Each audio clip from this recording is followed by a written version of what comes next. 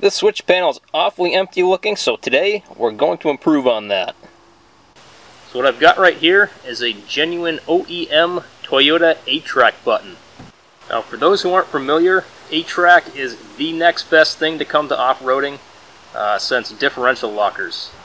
And in fact, it's almost equivalent. The way this system works is when we're in off-road conditions, so we're out on a trail somewhere, we're running in four-wheel drive, low range, we can use the A-TRAC system on this vehicle to essentially act as a differential locker. So the computer, when the system is turned on, the computer will sense which tires are spinning or slipping, and it will apply brake pressure to those tires, which enables power to go to the wheels that aren't slipping, in other words, the wheels that have traction, and propel the vehicle forward. So the final product is essentially the same as a differential locker.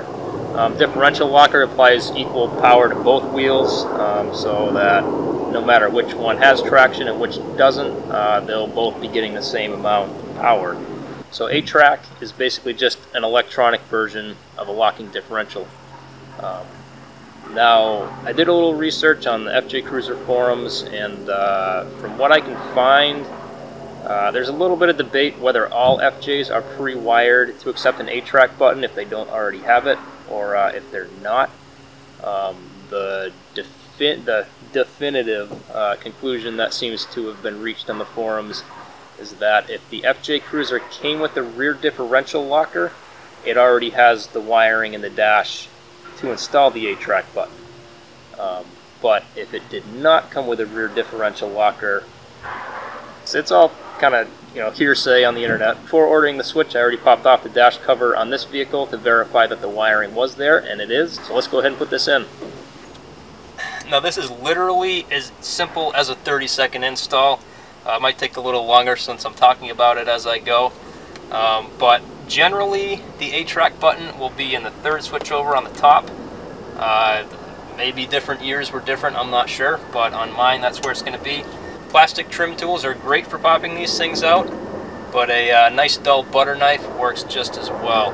I would refrain from using anything sharp or jagged like a screwdriver could possibly be, but whatever works, man.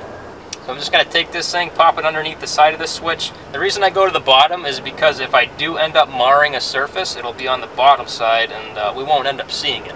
Just stick her in, a little pressure, pops right out. You can see there's already some wires on there. We'll just go ahead and pull this out. Put that to the side. We'll plug in the A-TRAC button.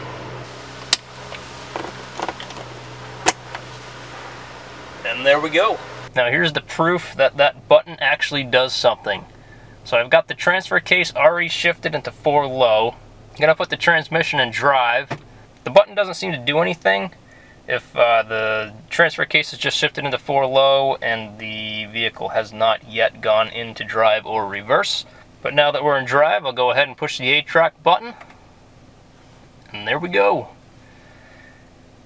So super easy install and a mega off-road upgrade. I paid, I think, 40 bucks for the switch, and I probably would have paid far more than that if that had been the price in order to get this. Because like I said, the A-TRAC in my mind is pretty much the equivalent of a differential locker. Not quite as good, but just about there. So anyway, well, hopefully we get out to test this out sometime in the near future here. As usual, thanks for watching. If you liked the video, go ahead and give it a like, and subscribe for more FJ content to come.